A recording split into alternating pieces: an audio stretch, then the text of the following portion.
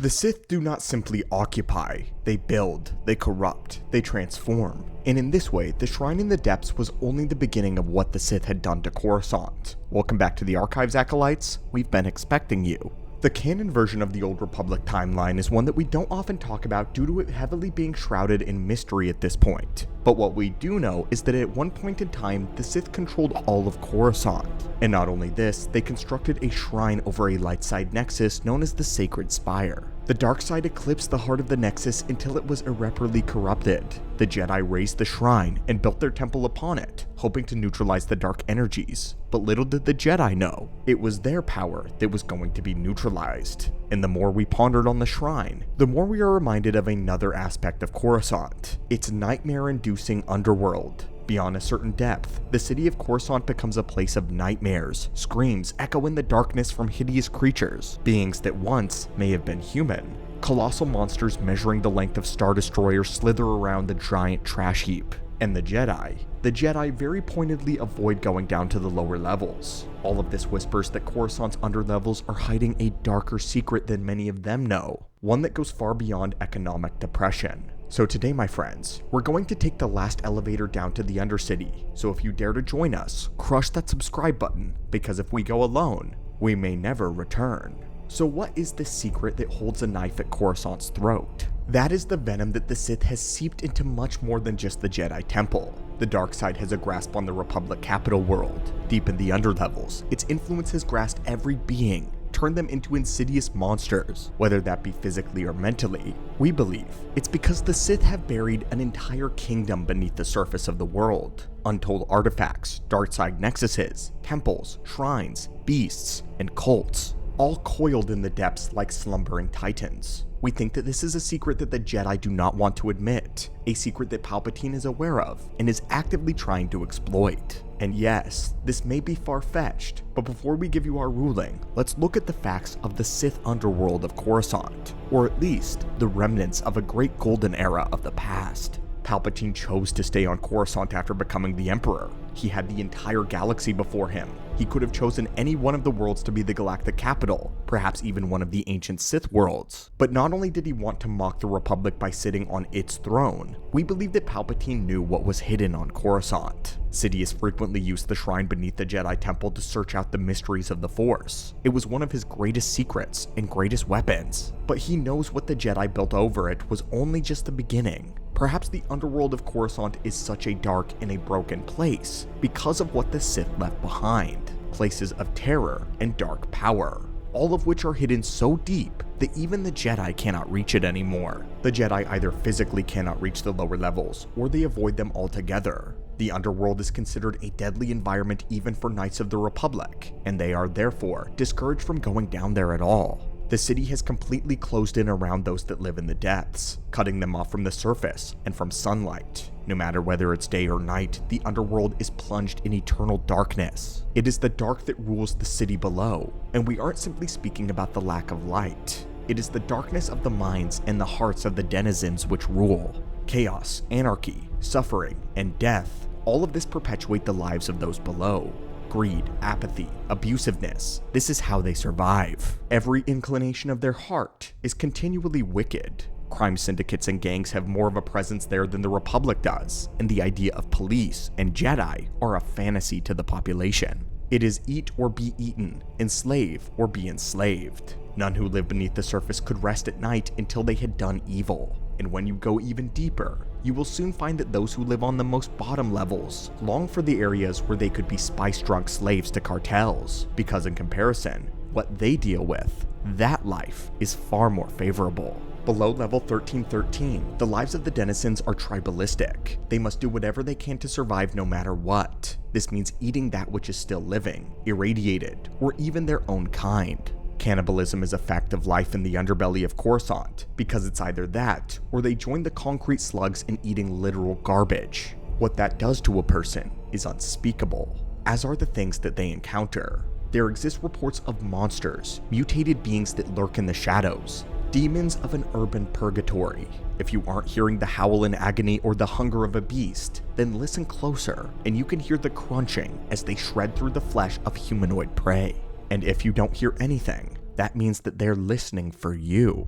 The things that crawl and skitter about in the dark are thought to be humans mutated by centuries of darkness and radiation leading from the reactor cores that fuel the very surface of the city. But all of that is just a theory, and we don't think it's possible for that to be all there is to these creatures, because when you actually shine a light on them, it becomes horrifically obvious that something much more sinister has taken place. We believe that these creatures are Sith spawn, entities created from darkside alchemy and sorcery. The Sith use this to make creatures all the time for warfare, or simply for amusement or research. The biggest connection in these creatures is between the Chthons and the Rakghouls. Just one look at either being would see the visual similarities that they share. Chthons are troglodytes that resemble decaying corpses, with loose flaps of flesh, stringy, dirty hair, and a lipless mouth filled with sharp teeth. Skin would grow to cover over their eyes, and there was an egg-like organ where the eye would be moving around restlessly, sealed within its sockets. If they were clothed at all, they wear simple loincloths. They were zombie-like humanoids who preyed on living beings, and it has been confirmed that their ancestors were human criminals, those banished to the underlevels of the city, left to rot. They bear a striking similarity to that of the Rakghouls, creatures of Sith spawn origin.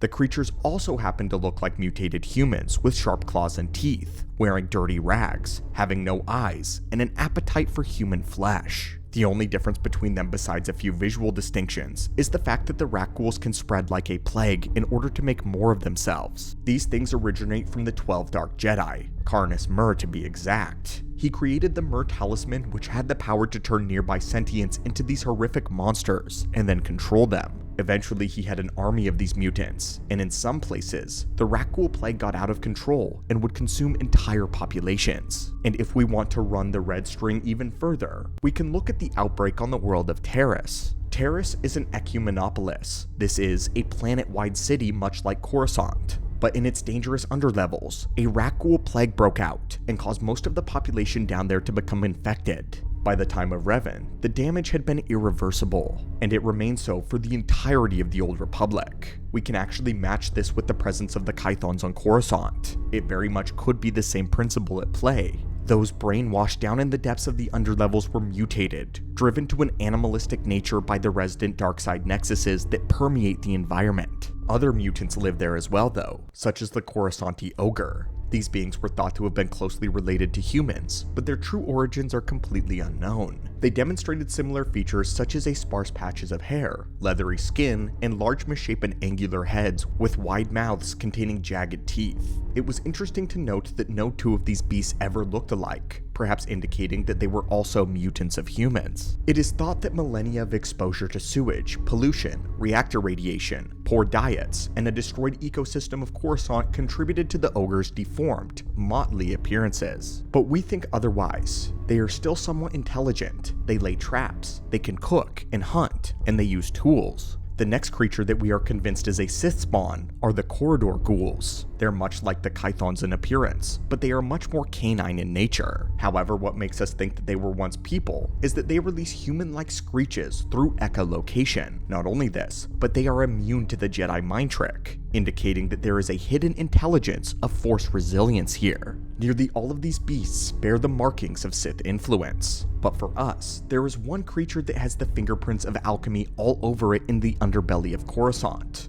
The mortifying, infamous Tauzen. These were giant centipede-like creatures capable of spitting silken webs to entrap their prey. But what makes us think that they are of Sith origin is how many similarities they have to other Sith spawn creatures. In particular, their shells have energy diffusing properties, making them impervious to blasters and resilient to lightsabers. Lightsabers may be able to scorch the shell and cause damage, but not enough to meaningfully wound one of these beasts. They were also force sensitive, and had nodules in their skin which clouded the minds of nearby force wielders. This acted as a cloak, making these giant insects invisible to the Jedi senses. This is very similar to the Sith Leviathans and the War Worms. The Leviathans also had incredibly tough hides and could interfere with the senses of Jedi, making them hear screams within their minds. The War Worms were developed by Naga Sadow around the time that Coruscant came under the control of the Sith in canon, which is circa 5000 BBY. There are many types of giant worms that burrow around in the garbage heaps of Coruscant, and it's all just too similar to be a pure coincidence. The entire purpose of making horrific creatures was to dominate the battlefield or protect sites of great importance for the Sith. Many Dark Lords would use Tyrantetex to protect their labs or tombs from those that sought to violate them, to plunder their knowledge. The shrine may be just the beginning of all of it. We have to remember, the Sith didn't just rule Coruscant the planet.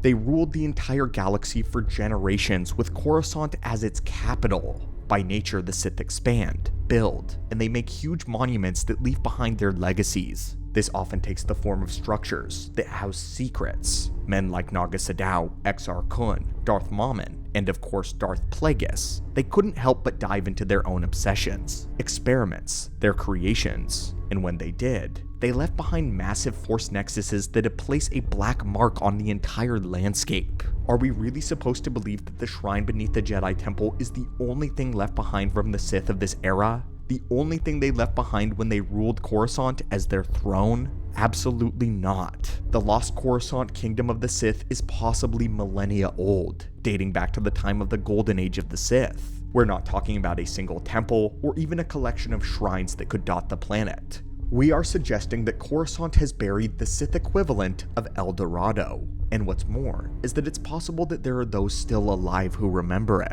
We mentioned all the tribes that live in the underworld, but there could be entire cults down there that the Jedi thought were long dead. Those that still worship the dark side and are completely unreachable by the Jedi. It's even possible that the Sith themselves hid in the shadows for generations, living just beneath the surface of the Republic's capital. And that's the irony. While the Jedi looked outward for the darkness, it was festering beneath their feet.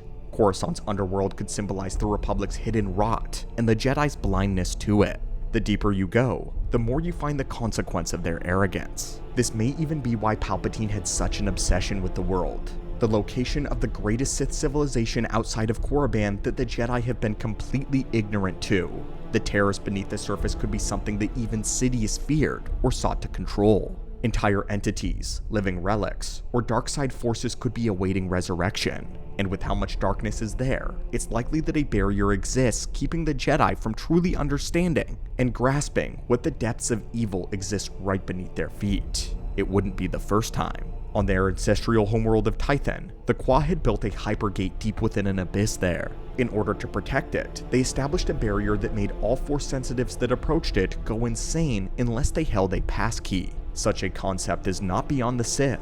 This could end up being a forgotten conspiracy that goes much deeper than even the Rule of Two could have guessed. And here is our theory. Palpatine didn't just stay for the politics, or because Coruscant was a hyperlane fulcrum. He stayed because the Sith Eldorado was true, and the shrine beneath the Jedi Temple was not the real goal, but merely the proof of it. An entire city of temples, labs lay buried with countless unfulfilled secrets, and Palpatine desperately wanted to get his hands on all of it. But what do you think, my friends? Do you subscribe to our Lost Coruscant Kingdom of the Sith theory? And do you believe that the shrine in the depths and all the creatures are a sign of its existence? And perhaps canon just hasn't gotten around to exploring such a concept yet. If you would want to see a story or event around this focal point, tell us how you would want it to play out. And until next time, my friends, thank you for joining us on this excavation, and may the Force be with you.